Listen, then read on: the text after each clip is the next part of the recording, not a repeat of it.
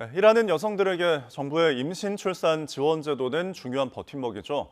그런데 이 사업체를 운영하는 여성들은 임신이나 출산을 해도 아무 지원도 받지 못하는 경우가 있습니다. 이런 사각지대 보완이 필요하다는 목소리가 나옵니다. 신규혜 기자입니다. 직원 3명과 함께 사회적 기업을 운영하고 있는 이철엄 씨. 얼마 전 임신 사실을 알고 출산 전 지원 제도를 알아봤다가 크게 실망했습니다. 근로자가 아니라 고용주라는 이유로 받을 수 있는 지원이 없었기 때문입니다. 고용보험 측이나 여성기업이나 사회적 기업이나 이런 데다 좀 문의를 드렸죠. 이제 고용보험이 있고 직원이 있는 형태면 이제 지원이 어렵다.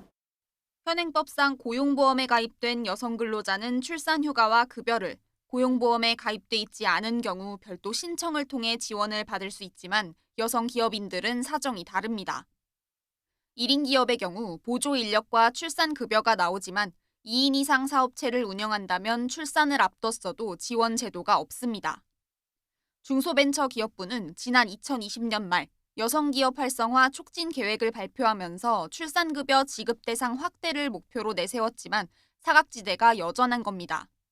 직원이 있고 고용보험을 한다고 해서 사실 사업체가 엄청난 흑자다라고는 할 수도 없고 다 똑같은 소상공인이거든요.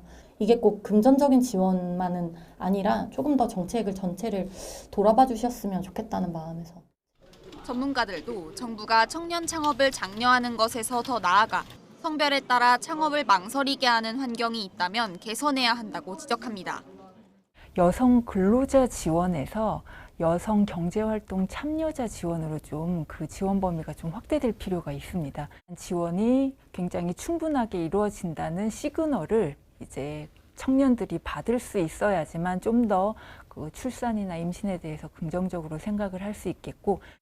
여성 기업인이 운영하는 업체는 꾸준히 늘어 지난 2021년 300만 개를 넘었고 1인 기업을 제외하더라도 60만 개가 넘습니다. 여성 기업인들이 출산과 육아에 대한 걱정 없이 활동하며 지속적으로 일자리를 창출하도록 돕기 위한 지원이 필요해 보입니다. YTN 신계입니다.